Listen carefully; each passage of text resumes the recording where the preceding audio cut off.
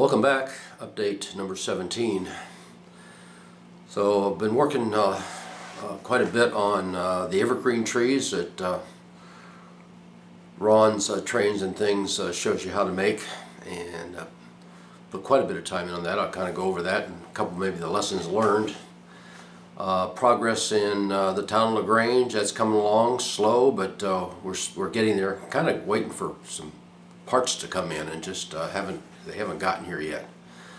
And the other one is Louisville has its train show this weekend coming up, so I'll take a few pictures of that and kind of show you the activity at the train show. So let's go take a look and see what I've got accomplished. Yeah, for the last couple of weeks I've been in the tree making business, and the filter material, sprayed out camo. We've got a couple strips cut back here we've been working off of. I find using one about 1 inch thick for kind of the bottom row or two, and then 3/4 and get it a little bit smaller to try to get some taper to the tree. Most important part is the morning coffee. Hairspray to hold the fine turf, whatever color that you're going to use, and kind of our box that we do a little trimming. I have a couple here. I need to get a little more taper into these, but these will be okay. Here's the skewers, the wooden skewers that have been painted with the tree trunk type that we'll slide them down on. These are the toothpick evergreens. So in some tree trunks there, we just haven't got the filter material on them yet. And over here I'm just using Woodland Scenics fine turf for the green grass, mixing a little bit of slightly less green in it once in a while to put on there.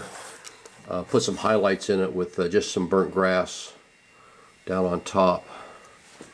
Paints I've been using for the tree trunk, and then dry brushing a little gray onto it, give it the bark look.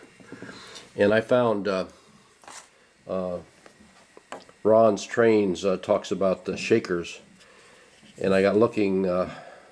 This is what the flavored salts come from your popcorn, and it's to me kind of a perfect thing to put your fine turf in there, whatever color, and use it kind of as a shaker. Works out quite well. So anytime I go through, I'm going to start saving these bottles. So we'll continue on making some trees and trying to make a little more progress in the town of LaGrange. And here we are starting to put the evergreens in, doing the hillside, and I've got many more to go. After making about 50 or 60 conifer trees that Ron shows you how to make with the filter material, just kind of come up with a couple of things that pretty much I did wrong, starting with when you get the filter material, there's a layer that on either side. I thought some of the material I had only had one of them on there, and I took it off. It still made it very difficult. I finally realized that there was one on the other side too. So make sure you remove that material. Makes it very kind of large, fluffy. And by the way, I had a little bit of a hard time finding these filters. I couldn't find them at the big box store. Everything was pleated. I had to go to an Ace Hardware and found some there. But as you cut the squares, I use a liberal amount of white glue on it and push them down on there. Don't worry about what it looks like. Just make them nice and airy, because we're going to come back later on after the glue dries in a few hours, and using some scissors of one type or another. My wife is a little bit unhappy that I'm using these, but then I use this to shape it, taper it, and give it the shape that I want it. So even though it's ugly now, it'll come out. And the ground foam material really fills in the areas of it. Another piece of advice I can give you is keep a damp paper towel next to you. As you're sliding these on, your fingers are always going to get the white glue on it, and you need something to get that off. It can really build up on your fingers quickly. So anyway, that's kind of my tip. Getting a little faster on these, I can knock them out in about 5 to 10 minutes now, all depending on the size. Here's a smaller one that I've got done down here. So the trees are coming right along. Now here's something I found on eBay. Very nobody bid on it. This, and also the hamburger stand. Not quite sure if I like the platform or the way it's arranged.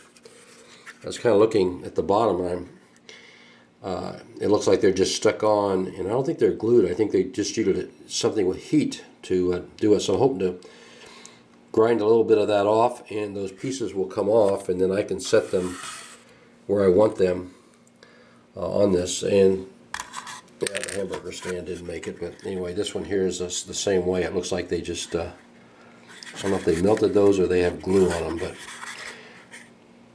plan on just grinding or sanding off the bottom there, and hopefully the pieces will come loose, and then I can put these in the way I want it. But got it for almost nothing, so I couldn't pass it up.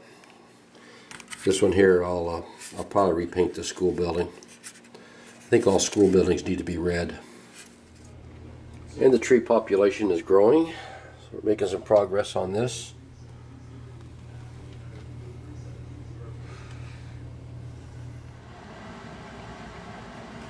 Making more progress on the town of Grange. We got all the wood laid in next to the track and pavement put in there. I did find a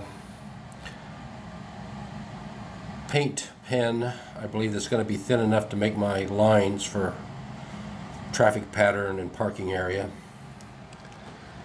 Getting the sidewalk, this is all removable in this area here. So we're going to build the courthouse up a little bit and put a brick wall around this outer edge. Just waiting for that material to come in. So I've got to work still on the schoolhouse area, and we've got the burger joint down on this side.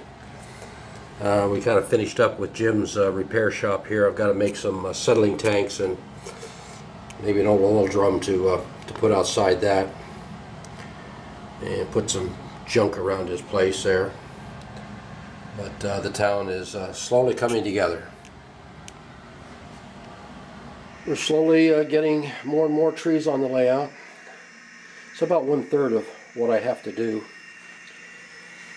but they're coming along quite nice. I can normally turn out 15 to 20 in a day, and it takes me a couple hours.